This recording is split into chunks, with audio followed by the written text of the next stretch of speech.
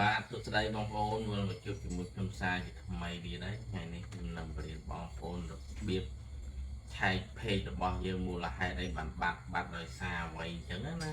ហើយកុំឲ្យបងប្អូនរងចាំយូរកុំភ្លេចទស្សនាវីដេអូរបស់ខ្ញុំទាំងអស់គ្នាបាទសូមអញ្ជើញបាទសម្រាប់អ្នកបងប្អូនបាត់เพจណាបាត់เพจដោយសារ Facebook ដោយបាត់เพจដោយមិនដឹងខ្លួនអញ្ចឹងណាហើយเพจដែលយើងបាត់ហ្នឹងយើងអាចយកមកវិញបានបងប្អូនហើយយើងពិបាកយកទេយើងគ្រាន់តែចូលនៅក្នុង account Facebook យើងអញ្ចឹងមក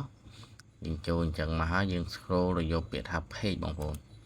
យើងយក scroll ពាក្យថា page នេះ page របស់ខ្ញុំបាត់2បងប្អូនអ្នកឃើញបាត់ទេហើយអញ្ចឹងយើងអាចធ្វើឲ្យវាដំណើរការវិញបានធម្មតាយើងគ្រាន់តែចុចពាក្យថា archive នេះវិញមកហើយយើង archive page មកចឹង page យើងនឹងត្រឡប់មកវិញឯងបងប្អូនมันពិបាកទេនេះវាត្រឡប់មកដូចដើមវិញបងប្អូនឃើញទេបាទហើយយើងត្រឡប់ទៅក្រោយមួយទៀតទៅយើង refresh វាមកវាមកឲ្យវាមកធម្មតាវិញបងប្អូនហើយនេះមួយទៀតបងខ្ញុំវាបាត់ដែរយើងធ្វើអញ្ចឹងដែរមកបងប្អូនវាបាត់ដោយសារ account Facebook យើងវាផុសទៅមិនដឹងវាមានអាចមានបញ្ហាអញ្ចឹងវាបាត់ page អញ្ចឹងបងប្អូនលើ page របស់ខ្ញុំទាំងពីរហ្នឹងដែលបាត់ហ្នឹងបានមកវិញធម្មតាបងប្អូននេះមកវិញធម្មតាហើយវាបាត់ដោយសារ account admin ចឹងយើងចូលមើល admin របស់យើងណាតើវាមានបញ្ហាអីយើងចូលនៅកន្លែង professional dashboard ហ្នឹងមកហើយយើងចុចពាក្យថា page ហើយយើងពិនិត្យមើលវាណាយើងពិនិត្យមើលឡើង recommend យើងពិនិត្យឡើង pro standard របស់ page យើងណាតើវាមានបញ្ហាអីដែរអត់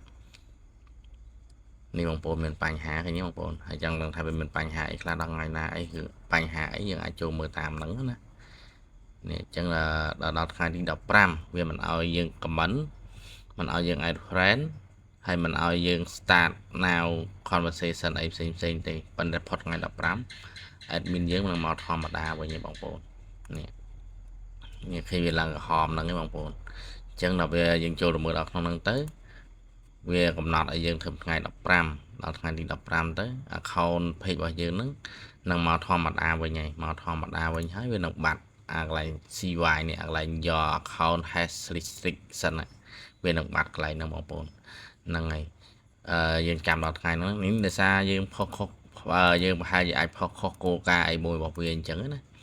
ធ្វើឲ្យadmin របស់យើងហ្នឹងធ្វើយើងចូលទៅវាធ្វើឲ្យបាត់ page បងប្អូនវាធ្វើឲ្យបាត់ page នេះ page របស់ខ្ញុំអញ្ចឹងណាអញ្ចឹងវាបាត់ដល់អញ្ចឹងយើង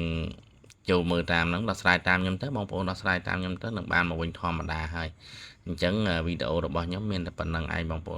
នមានចម្ងល់អាច comment សួរនៅក្នុងខាងក្រោមវីដេអូខ្ញុំបានអរគុណ